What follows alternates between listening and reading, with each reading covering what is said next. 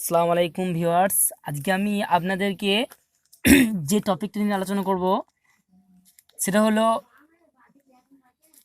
কিছু ভার্ব, যেমন সে, টেল, টক and speak. এই সমস্ত চারটে ভার্ব, স্পিক, সে, টেল, টক, এই যে ভার্বগুলো বললাম, সে, টেল, টক এবং স্পিক, এই চারটে ভার্বই ইংলিশে ভিন্ন ভিন্ন দেখে মনে হয় যে প্রত্যেকের ওয়ার্ডগুলো আলাদা, কিন্তু আমরা অ্যাকচুয়াল ভাবি এদের অর্থগুলো সবই এক।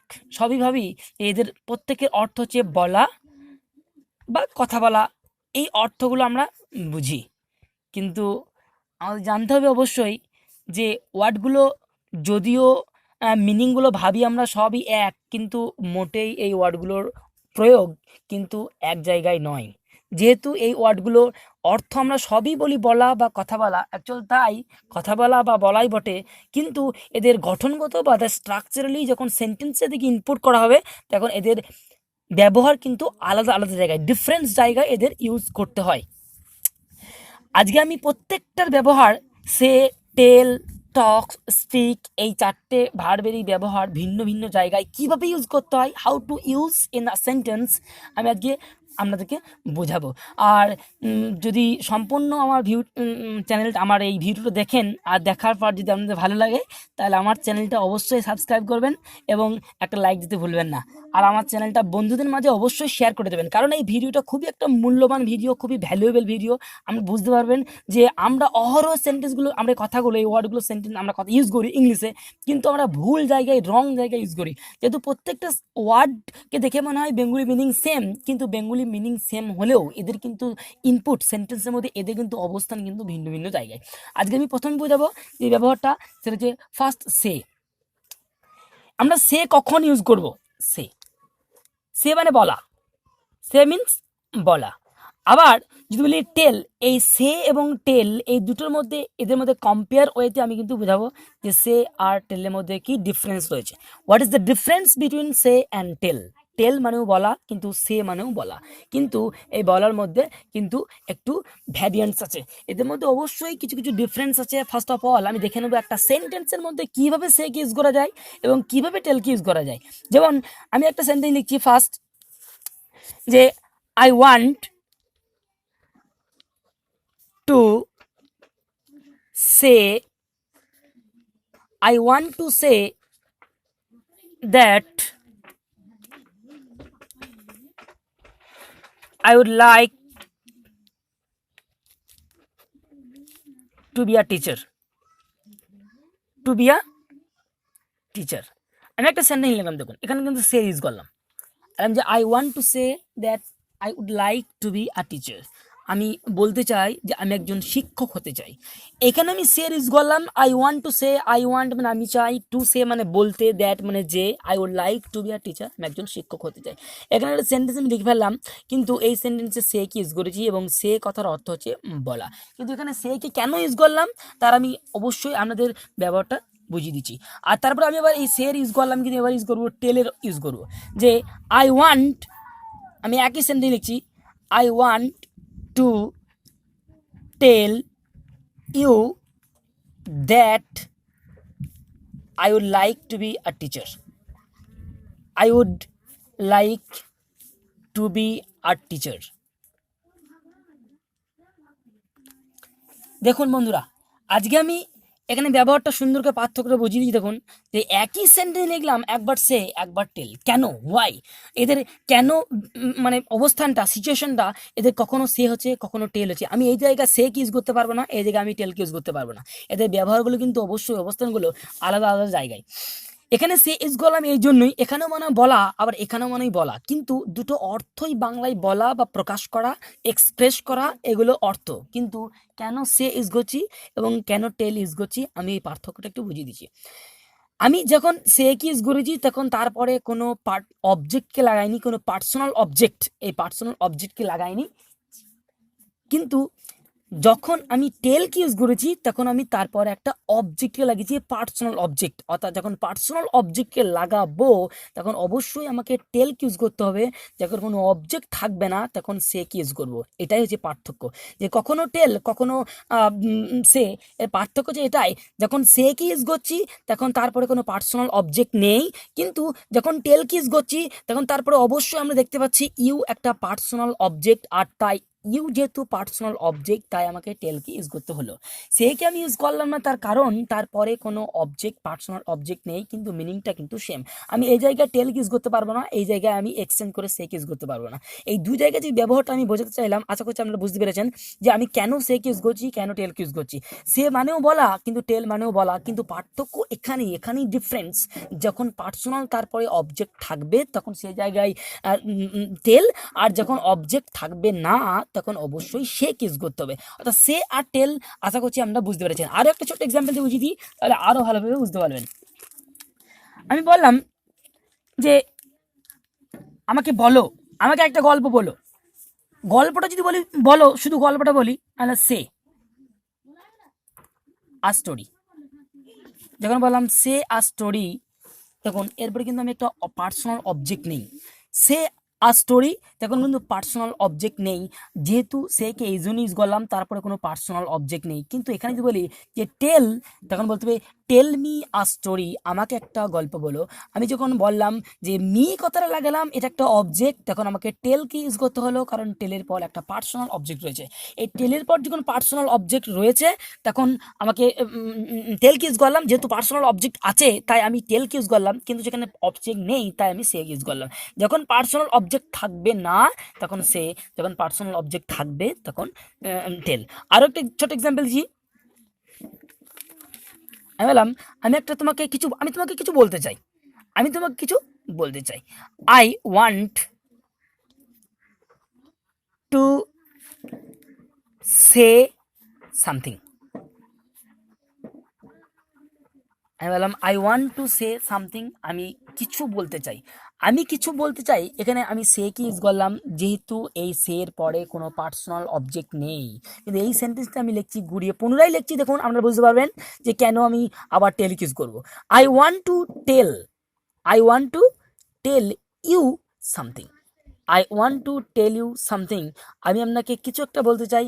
এখানে দেখুন অবশ্যই আমি ইউকে ইউজ করেছি, আর টেল কি ইউজ করলাম, সের বদলে আমি একই সেন্টেন্স লিখছি, অথচ এখানে টেল কি ইউজ করে দিলাম, তার একটাই কারণ, কারণ তারপরে একটা পার্সোনাল অবজেক্ট রয়েছে। এই জায়গায় একটা পার্সোনাল অবজেক্ট রয়েছে, যেহেতু পার্সোনাল অবজেক্ট রয়েছে তাই আমি অবশ্যই টেলকে ইউজ করলাম। কিন্তু এরপরে যেহেতু পার্সোনাল অবজেক্ট নেই, এখানে অবজেক্ট আছে কিন্তু পার্সোনাল নয়, এটা ইনঅ্যানিমেট অবজেক্ট, তাই আমি এখানে কখনোই আমি টেলকে ইউজ করতে পারবো না। এখানে আমাকে অবশ্যই হতে হবে একটা পার্সোনাল অবজেক্ট, একটা ব্যক্তিবাচক কি না কর্ম, যেটাকে ব্যক্তিবাচক যদি কর্ম থাকে তাহলে এই জায়গায়, বা যাকে বলা হয় ইনডাইরেক্ট অবজেক্ট বলা হয়, যদি এই জায়গায় থাকে তাহলে আমাকে অবশ্যই কিন্তু টেলকে ইউজ করতে হবে, যদি না থাকে তাহলে সেকে ইউজ করতে হবে। আশা করছি আপনি বুঝতে পেরেছেন যে কোথায় সে আর কোথায় টেল। ছোট্ট একটা পার্থক্য, ছোট্ট একটা ডিফারেন্স, স্লাইট একটা ডিফারেন্স, কিন্তু মনে রাখেন যে সে আর টেল আমরা আমরা কথাই আমরা স্পোকেন ইংলিশ করি, যখন আমরা লিখি তখন সে জায়গায় টেল, টেলের জায়গায় সে, আমরা এই জায়গায় মারাত্মক ভুল করি। তার একটাই কারণ, আমরা শুধুমাত্র ব্যবহারটা জানি না যে কোথায় সে আর কোথায় টেল হবে। যদি দেখেন তারপর একটা অবজেক্ট থাকছে তাহলে অবশ্যই টেলকে ইউজ করবো।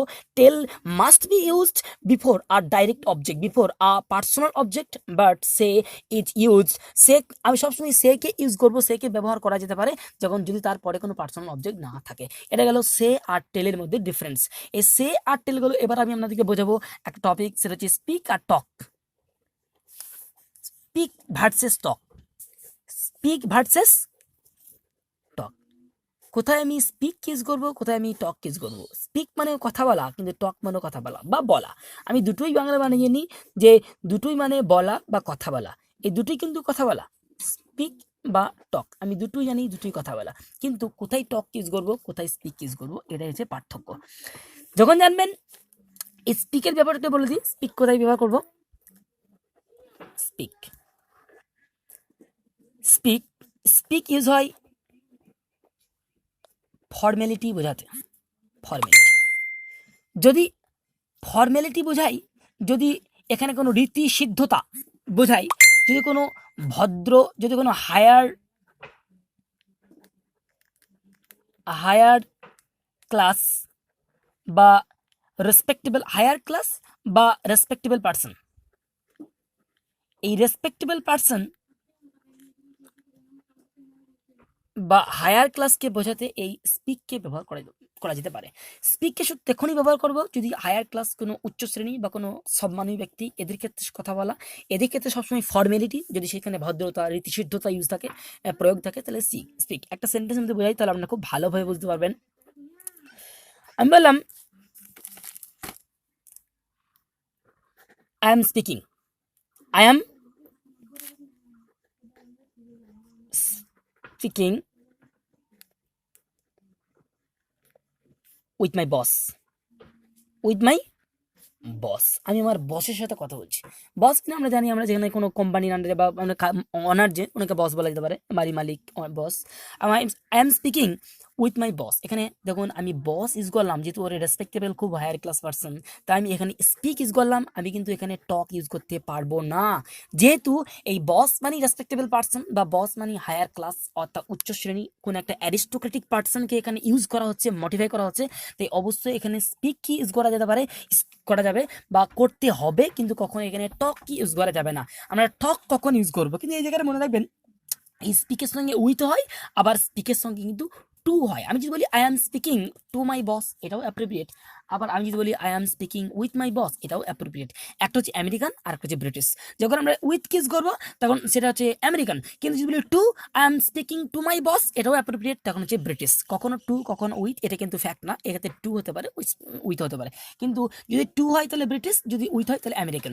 কিন্তু মনে রাখতে হবে যে এই স্পিকটা আমরা ইউজ করলাম, দেখুন এই বস, আমি যদি বলি I am speaking with my honour, আমি অবশ্যই কিন্তু সব হবে এই জায়গায় স্পিক, কখনোই টক ইউজ করা যাবে না। আর টক কখন ইউজ করবো, দেখুন টক তখন ইউজ করবো যদি আমার বন্ধুর সাথে কথা বলি, আমার বাড়ির কোনো ফ্যামিলি মেম্বারের সঙ্গে কথা বলি, যদি আমার কোনো রিলেটিভসদের সঙ্গে কথা বলি, সবসময় টক। আমি বললাম আমি আমার বন্ধুর সাথে কথা বলতে চাই, আমি বললাম I want to talk with my friend, with my friend. আমি আমার বন্ধুর সাথে কথা বলতে চাই। I want two I want to talk with my friend. আমি আমার বন্ধুর সাথে কথা বলতে চাই। দেখুন এখানে আমি টক ইউজ করলাম, আমি কিন্তু এই জায়গায় স্পিক ইউজ করলাম না। এই যেহেতু আমরা টক বলি, কথাটা কিন্তু অরিজিনালি দ্য প্রনাউন্সিয়েশন, যদি আমরা অ্যাকচুয়াল ব্রিটিশ প্রনাউন্সিয়েশন দিকে, ওরা বলে talk, I want to talk with my friend, this is the appropriate pronunciation. But এখানে টক ইউজ করলাম তার একটাই কারণ, এখানে ফ্রেন্ড অর্থাৎ আমার সে ফ্যামিলিটি অর্থাৎ ফ্যামিলিয়ার একটা ফ্রেন্ড, এখানে কিন্তু ফর্মালিটি না, এখানে ইনফর্মালিটি ওয়েতে কথা বলছি। যখন ফর্মালিটি বজায় থাকবে তখন ভদ্রতা, রীতিসিদ্ধতা ইউজ থাকবে, সেখানে স্পিক অর্থাৎ কোনো হায়ার ক্লাস বা অ্যারিস্টোক্রেটিক পার্সন বা রেসপেক্টেবল পার্সন। কিন্তু যদি দেখি কোনো ইনফর্মালিটি বা কোনো হায়ার ক্লাস না হয়ে কোনো আমার ফ্যামিলিয়ার কোনো নন পার্সনের কথা বলছি, সে জায়গায় কিন্তু আমরা টক ইউজ করবো। অর্থাৎ স্পিক মানেও কথা বলা, টক মানেও কথা বলা, এই দুটোই পার্থক্য। যখন কোনো formality higher class respectable person তখন স্পিক, যখন কোনো ফ্রেন্ড, যখন কোনো ফ্যামিলি মেম্বার্স, তখন কিন্তু টক ইউজ করতে হবে। কিন্তু দুটোর অর্থই কিন্তু সেম, দুটো অর্থই টক, কথা বলা। আরেকটা স্পিকের ব্যবহার আছে, স্পিকের ব্যবহারটা জাস্ট একটু বলে দিই। দেখুন স্পিকে আরেকটা ইউজ আছে, যে কোনো ভাষায় কথা বলা, যে আমি ভালো ইংলিশে কথা বলতে পারি, তখন তখন কিন্তু আমাকে সবসময় স্পিক ইউজ করতে হবে, টক ইউজ করা যাবে না। আমি বলি আমি ইংলিশে কথা বলতে পারি, I can speak English,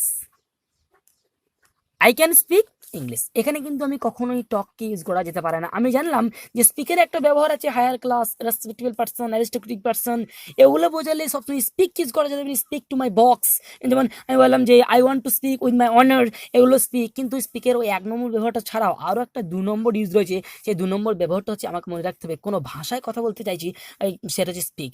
I can speak English, আমি ইংলিশে কথা বলতে পারি, ইংলিশে কথা বলতে পারবো, এগুলো কিন্তু সবসময় মনে রাখতে হবে স্পিক। আমি যদি বলি আই ক্যান টক ইংলিশ, আমি ইংলিশে কথা বলতে পারি, এই জায়গায় কিন্তু টক ইউজ করা যাবে না। দিস ইজ আ কমপ্লিটলি রং। আমাকে সবসময় মনে রাখতে হবে যে অবশ্যই সবসময় স্পিককে ইউজ করবো, কথা বলা বা কথা। আমি যদি আরও একটা এক্সাম্পল দিই, আমি বলবো আমি ইংরাজি, আমি বাংলা ছাড়াও ইংরাজিও বলতে পারি, আমি বাংলা ছাড়াও ইংরেজিতে কথা বলতে পারি। I can sorry I can speak